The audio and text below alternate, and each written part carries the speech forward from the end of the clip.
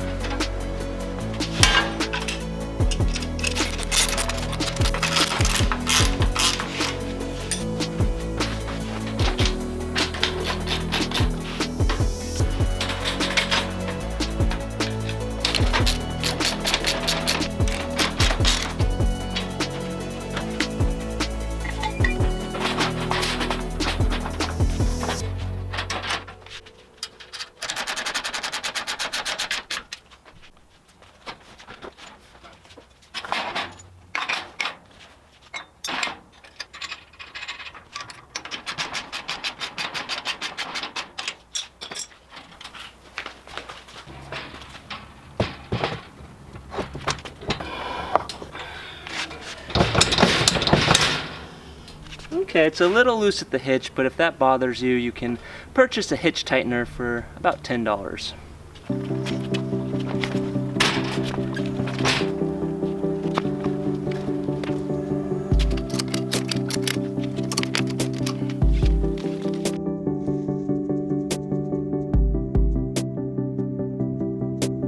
Now we're going to see how it looks when we lift it up.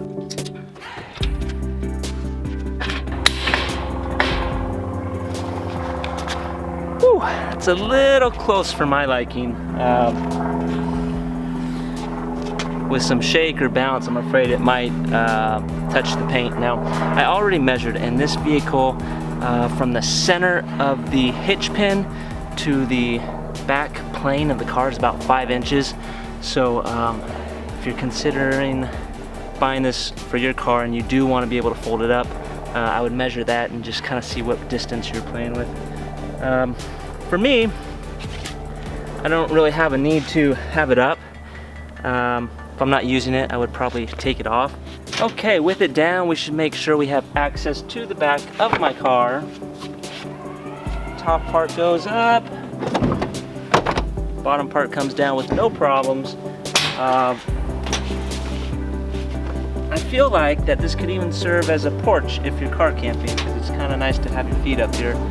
I hope you've enjoyed this video. At the beginning, I said I would address whether I believe it's worth the $100 that I spent, and I think it is.